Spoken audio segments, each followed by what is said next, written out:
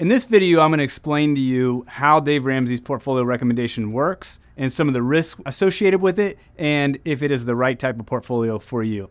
So let me first disclaim, I'm a big Dave Ramsey fan. I think he does a lot of good things for the U.S.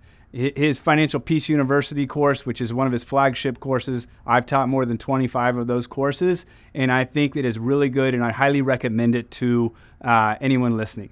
Now, that being said, anytime I get to his investment recommendation part of that Financial Peace University, I get a little bit concerned for some people that are watching that course. First of all, he recommends 100% stock. So his portfolio is a 100% stock portfolio. And what does that mean? That means very high volatility. Now, he does say only invest in mutual funds, and he lists a number of different investments you'll see on the screen here not to invest in. And for the most part, I agree with those recommendations. Now, he does say never invest in bonds. And I understand his mentality and his thinking with this. The whole 100% stock portfolio, the thing about that is, historically, stocks have outperformed pretty much every other asset class that you can invest in inside your investment account. So bonds typically don't have as big of a return as stocks. Now, the problem comes when you go through something like a 2008 and an all-stock portfolio falls over 50%. And so we did just kind of a simulation of what his portfolio recommendations are and what that portfolio would have dropped in 2008. And it was nearly a 55% drop. And most people cannot handle that level of volatility. So think about it in dollar amounts. If you have $100,000 and you drop 55%, you're now at $45,000. Are you going to be able to stick with that investment? Most people can't stick around and watch their portfolio go down that much, and inevitably they sell. Now, I know Dave Ramsey would recommend never selling. In fact, he uses a very funny analogy, which is if you're on a roller coaster, the only person that gets hurt is the one that jumps off the roller coaster. So yeah, it's definitely not a good idea to jump off the roller coaster, and I agree with them. And if you were to stick with that portfolio could do really well over the long run. But most people can't handle that level of volatility. And I've seen it countless times when the market goes down that much, they can't take it anymore and they have to sell out. So when you build a portfolio, you want to make sure that portfolio is right for your risk tolerance. And so when you go through one of those 2008s or one of those really bad market scenarios, you're able to stick with your investment and you don't sell when things are down. So let's actually break down his portfolio, because there is some confusion in terms of kind of how he labels the portfolio. So he basically recommends 25% in aggressive growth, 25% growth, 25% growth in income, and 25% in international. Now, for someone who's actually a portfolio manager, a lot of those aren't actual investment categories. But where he's coming from with that is most people, when they see those terms, they're looking inside their mutual fund lineup, inside their 401k.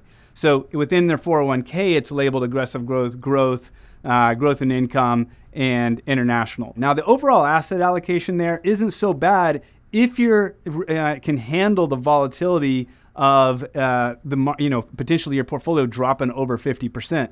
Most people can't handle that. If you're younger, you have a lot of time, then maybe that portfolio could make sense for you. Now, another thing about Dave Ramsey, he's big into getting out of debt and having no consumer debt and having a lot of emergency reserves. So if you have put those things in place, then you can handle a little bit more volatility. You have lower expenses because you don't have to make all payments from your debt, and you have a large emergency reserve. So if you lose your job or something, you don't have to sell from your portfolio when it's down. And usually when you lose your job, the economy is bad, which means your portfolio is down. So the fact that he goes through those things first, that's important to have those things in place. But the big issue comes when someone is maybe in their late 40s or even their late 50s and they're approaching retirement. So imagine you're 5 years away from retirement. You've built up $1 million and you use Dave Ramsey's recommendation of an all-stock portfolio. And then you go through another scenario like 2008 and you go from $1 million to $500,000. So think about the emotions you would feel when you're just about to retire and you've just seen your entire retirement get split in half. That's where the issue comes, because most people can't handle that retirement, and they would be devastated if that was to happen within their portfolio. Now, again, while Dave Ramsey would never recommend selling, and we wouldn't also recommend selling when it's down, I've just seen too many times where people cannot handle that level of volatility, and they call uncle. You know, they can't take it anymore, and so they do what they think is best in cutting their losses, and inevitably they sell right at the bottom. And usually your best returns come right after your worst returns. So not only did they lock in losses, but then they missed out on the big return to follow. And there's countless studies that can back me up on this, like Dalbar, which does a study of individual investors and their tendency to constantly sell when things are down, but also buy after things have gone up. So Dave Ramsey's investment recommendation could work for some younger investors who also, or if you're older and you have plenty or no debt, plenty of emergency reserves, and you can handle the volatility. But for a lot of other people who cannot take the level of volatility and ups and downs in the market, they may want to consider a portfolio that has a little bit more bonds. And if you're using a 401k or some type of qualified retirement plan, you may want to consider using the target date instead of trying to pick your own mutual funds.